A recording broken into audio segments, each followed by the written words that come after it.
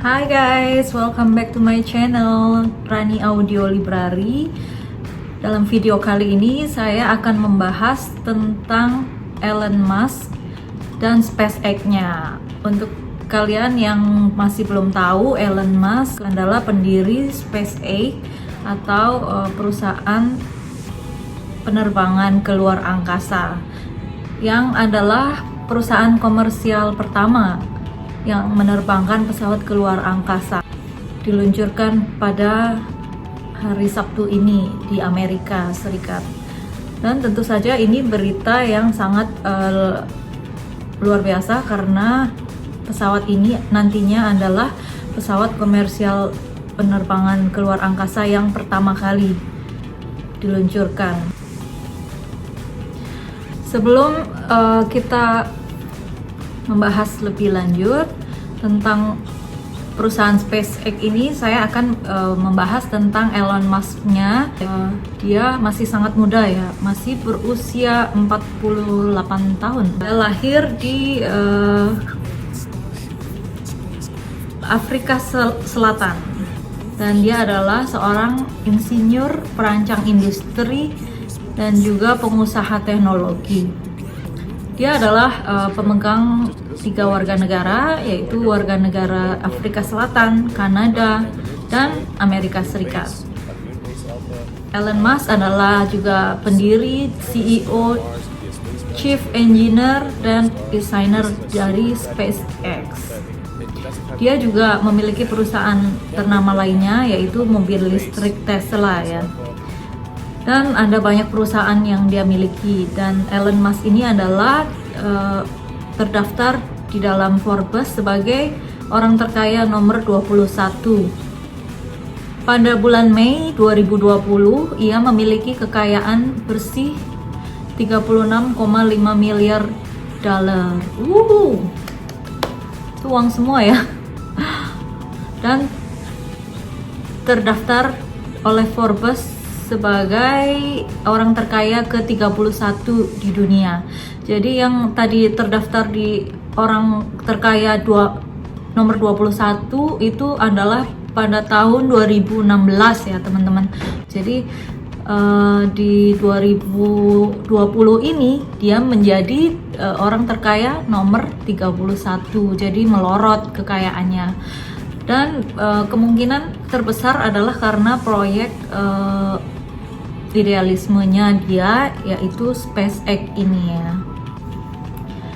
Di masa kecil Musk dia juga pernah kayak dibully gitu, dilemparkan teman-temannya dari tangga, dan dia pernah mengalami rasanya disakiti oleh teman-teman sekelompok anak laki-laki di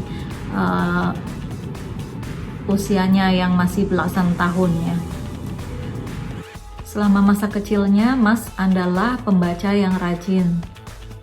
Dia belajar pemrograman komputer menggunakan manual, dan pada usia 12 menjual kode video game berbasis BASIC yang ia ciptakan bernama Blaster ke PC dan majalah Office Teknologi seharga sekitar $500. Bacaan masa kecilnya termasuk seri Yayasan Isaac Asimov, dari mana ia menarik pelajaran bahwa Anda harus mencoba untuk mengambil serangkaian tindakan yang cenderung memperpanjang peradaban. Meskipun ayah Musk bersikeras untuk dia berkuliah di Afrika Selatan, namun Musk bertekad untuk pindah ke Amerika Serikat. Ia mengatakan, saya berpikir dan melihat bahwa Amerika adalah tempat di mana hal-hal besar mungkin terjadi, lebih daripada negara lain di dunia. Musk tahu akan lebih mudah untuk pergi ke Amerika Serikat dari Kanada dan pindah ke sana melawan keinginan ayahnya. Sambil menunggu dokumentasi Kanada, Musk kuliah di Universitas Pretoria selama 5 bulan. Dia pergi tahun 1992 untuk belajar ekonomi dan fisika di University of Pennsylvania. Ia lulus dengan gelar Bachelor of Arts di bidang ekonomi dan gelar Bachelor of Science dalam bidang fisika. Pada tahun 1994, Mas mengadakan 2 magang di Lembah Silikon selama musim panas di sebuah startup penyimpanan energi bernama Pinnacle Research Institute yang meneliti ultra kapasitors elektronik untuk penyimpanan energi, dan di Rocket Science Games yang bermula di Palo Alto. Bruce Lee, mantan insinyur utama di balik QuickTime Apple yang telah mempekerjakan Mas, mencatat dia memiliki energi tanpa batas. Anak-anak sekarang ini tidak memiliki gagasan tentang perangkat keras atau cara kerja, tetapi ia memiliki latar belakang peretas PC dan tidak takut untuk hanya pergi mencari tahu. Sejarah utama SpaceX.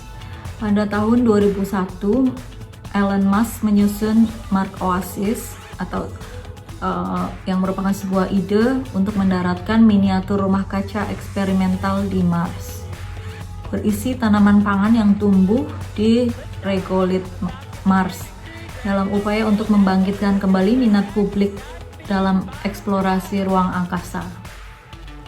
Pada Oktober 2001, Mas melakukan perjalanan ke Moskow bersama Jim Cantrell, yang seorang pemecah masalah persediaan pesawat terbang, dan juga bersama Adeo Resi, teman baiknya dari kampus, untuk membeli rudal balistik Dnieper Intercontinental atau ICBM yang diperbaharui dan dapat mengirim muatan yang diperkirakan ke luar angkasa. Kelompok itu kemudian bertemu dengan perusahaan-perusahaan seperti NPO, Lavochkin, dan Cosmotros. Namun, Cantrell Musk dipandang sebagai seorang pemula dan akibatnya diludahi oleh salah satu perancang kepala Rusia. Kelompok itu kembali ke Amerika Serikat dengan tangan kosong. Pada Februari 2002, kelompok itu kembali ke Rusia untuk mencari 3 ICBM, membawa serta Mike Griffin. Griffin telah bekerja untuk lengan model Ventura CIA, InQtel, serta Jet Propulsion Laboratory NASA, dan baru saja meninggalkan Orbital Science, pembuat satelit dan pesawat ruang angkasa. Kelompok itu mengadakan pertemuan lain dengan Cosmotros dan ditawari roket seharga $8 juta. Mas menganggap harga terlalu tinggi dan keluar dari rapat. Dalam penerbangan kembali dari Moskow, Mas menyadari bahwa ia dapat memulai sebuah perusahaan yang dapat membangun roket terjangkau yang ia butuhkan. Menurut awalnya Tesla dan investor SpaceX ini, dia menghitung bahan baku yang untuk membangun roket hanya 3% dari harga jual roket pada saat itu. Disimpulkan bahwa secara teori dengan menerapkan integrasi vertikal dan pendekatan modular yang digunakan dalam rekayasa perangkat lunak, SpaceX dapat memangkas harga peluncuran dengan faktor 10 dan masih menikmati margin kotor 70%. Pada akhirnya, Musk menemukan SpaceX yang bertujuan jangka panjang untuk menciptakan peradaban spacefaring sejati. Tahun 2001, Musk menyusun Mars Oasis, sebuah ide untuk mendarat miniatur rumah kaca eksperimental di Mars, untuk mendaratkan miniatur rumah kaca eksperimental di Mars. Pada tahun 2010, dengan 100 juta kekayaan awalnya, Musk mendirikan Space Exploration Technology Corporation yang diperdagangkan sebagai SpaceX pada Mei 2002. Musk adalah Chief Executive Officer atau CEO dan Chief Technology Officer (CTO) dari Hawthorne, perusahaan yang berbasis di California. Pada 2016, kepercayaan pribadi Musk memegang 54% saham SpaceX, setara dengan 78% saham suara. SpaceX mengembangkan dan produksi kendaraan peluncuran ruang angkasa dengan fokus memajukan teknologi roket. Ia meluncurkan kendaraan pertama roket Falcon 1 dan Falcon 9. Pesawat ruang angkasa pertamanya adalah Naga Magic Dragon. SpaceX merancang kendaraan peluncuran dan pesawat ruang angkasa serbaguna Dragon dengan rentang 7 tahun. Pada 2008, roket Falcon 1 SpaceX menjadi kendaraan berbahan bakar cair pertama yang didanai secara pribadi untuk memasukkan satelit ke orbit bumi. SpaceX adalah perusahaan mesin roket pribadi terbesar di dunia dan pemegang rekor untuk rasio dorong terhadap bobot tertinggi untuk mesin roket. SpaceX telah menghasilkan lebih dari 100 mesin 1D Merlin operasional. Menurut SpaceX, setiap mesin 1D Merlin secara vertikal dapat mengangkat berat 40 mobil keluarga rata-rata, dan dalam kombinasi 9 Merlin di Falcon 9 tahap pertama menghasilkan daya dorong mulai dari 5,8 hingga 6,7 atau 1,3 hingga 1,5 juta pound tergantung pada ketinggian.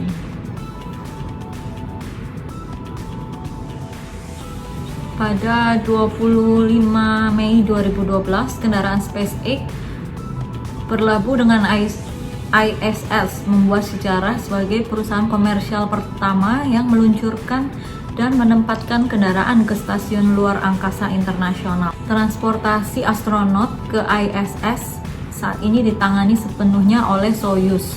Tetapi SpaceX adalah salah satu dari 2 perusahaan yang diberi kontrak oleh NASA sebagai bagian dari program pengembangan awak komersial yang saat ini diproyeksikan untuk mengembangkan kemampuan transportasi astronot Amerika Serikat pada tahun 2020 ini. Musk percaya kunci untuk membuat perjalanan ruang angkasa terjangkau adalah untuk membuat roket dapat digunakan kembali.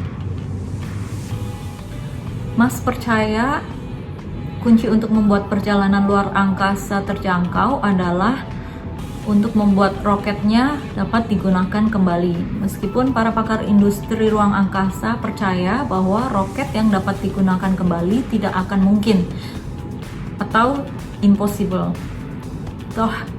Tahap roket Falcon kembali di landasan peluncuran pertama kali ini dicapai oleh roket orbital. Pemulihan tahap pertama direplikasi beberapa kali tahun 2016 dengan mendarat di kapal drone Space Autonomous Platform pemulihan berbasis lautan, dan pada akhir 17 SpaceX telah mendarat dan memulihkan tahap pertama pada 16 misi berturut-turut di mana pendaratan dan pemulihan dilakukan, termasuk semua 14 upaya pada 2017.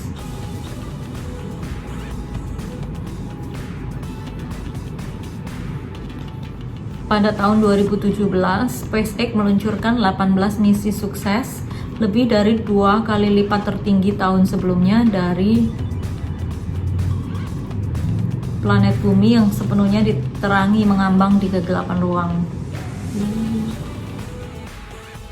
Jadi yang beberapa hari ini diluncurkan adalah pesawat roket ruang angkasa yang diluncurkan dan akan kembali ke bumi, yaitu ke tempat semula diluncurkannya pesawat roket ini adalah di Cape Canaveral, Florida, Amerika Serikat.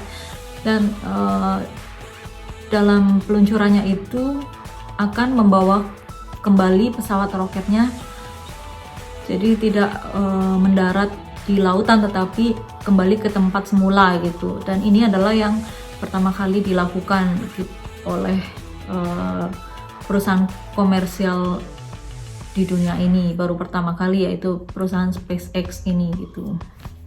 Jadi benar-benar sangat hebat ya teman-teman. Kalau kita pikirkan Anda seseorang bernama Elon Musk yang punya idealisme yang sangat tinggi. Dengan kekayaannya dia membuat perusahaan SpaceX ini untuk mewujudkan cita-cita masa lalunya yang menginginkan membuat koloni di Mars gitu. Jadi dia punya impian di tahun 2040 nanti dia akan bisa membuat koloni di Mars yang dahulu kala itu sangat impossible dan bahkan sampai sekarang gitu. Tapi dia terus mencoba untuk membawa pesawat luar angkasa ini dengan selamat gitu, bahkan kembali ke bumi dengan selamat. Jadi Musk menyatakan bahwa dia ingin mendirikan koloni Mars dengan populasi lebih dari 80.000 dengan alasan karena atmosfer Mars kekurangan oksigen, semua transportasi harus listrik. Jadi dia membuat segala transportasinya harus berasal dari listrik ya. Dan pada akhirnya tanggal 30 Mei 2020 ini SpaceX meluncurkan penerbangan berawak pertamanya yang disebut Demo 2 atau Demo 2, menjadi perusahaan swasta pertama yang menempatkan seseorang ke orbit untuk menaiki pesawat ruang angkasa berawak dengan ISS. Lebih lanjut, peluncuran ini akan menjadi yang pertama sejak akhir program antarjemput di mana seorang astronot Amerika telah meluncur ke luar angkasa dari tanah Amerika dengan roket Amerika. Sungguh hebat teman-teman ya. Kita berharap bisa kembali dengan selamat dan besok hari yang kedua kita akan lihat apakah pesawat itu akan kembali dengan selamat. Dan selanjutnya kita akan melihat misi-misi Elon Musk selanjutnya, yaitu rencananya untuk membuat koloni di Mars. Jadi informasi lainnya, kalau dulu pakaian-pakaian astronot itu kan sangat heboh gitu ya, dengan kayak balon lah, terus membawa kayak koper gitu yang langsung nyambung ke pesawatnya gitu. Dan sekarang itu dengan peluncuran pesawatnya Elon Musk yang dari SpaceX ini sangat modern dan diisi oleh dua orang yang dijadikan percobaan ya, dua orang yang berangkat ke luar angkasa dengan pesawat Dragon ini. Sangat simpel pada saat nanti kalian lihat videonya, pada saat dia masuk ke pesawatnya itu, ke roketnya, pakaiannya sangat simpel, bahkan masih bisa ngobrol dengan rileks gitu, dan juga tidak menegangkan seperti saat zaman dulu ya. Dan peralatannya pun sangat canggih karena tidak perlu ribet lagi. Di pesawatnya itu hanya diisi dengan 3 screen yang touchscreen lagi kan, semuanya touchscreen gitu. Dan pakaian astronotnya juga sangat simpel, jadi tidak seperti yang kita bayangkan astronot zaman dulu gitu. Jadi sekarang udah lebih canggih dan lebih sederhanakan gitu segala sesuatunya gitu. Oke, itu sangat menarik ya teman-teman, perkembangan astronot dan juga perkembangan airspace, luar angkasa gitu, dunia antariksa. Untuk kalian yang menyukai teknologi dan juga perkembangannya, tentu ini sangat berita yang sangat menarik dan sangat amazing buat saya gitu. Dan ternyata bagi kita yang kayak awam atau bagi kita yang nggak kepikiran untuk ke arah sana gitu, ini sesuatu yang wow gitu, karena mungkin sesuatu yang ketidakmungkinan tapi menjadi mungkin gitu. Seseorang bisa membuktikan dirinya seperti sejauh ini gitu. Untuk kalian yang mau subscribe, saya persilahkan subscribe, karena subscribe itu gratis. Saya mohon kalian klik tombol subscribe dan juga nyalakan loncengnya supaya kalian dapat update-update terbaru dari video-video saya selanjutnya. Thank you teman-teman, God bless you. Oke teman-teman, itu aja informasinya hari ini. Sampai ketemu lagi di video-video saya yang selanjutnya. Thank you.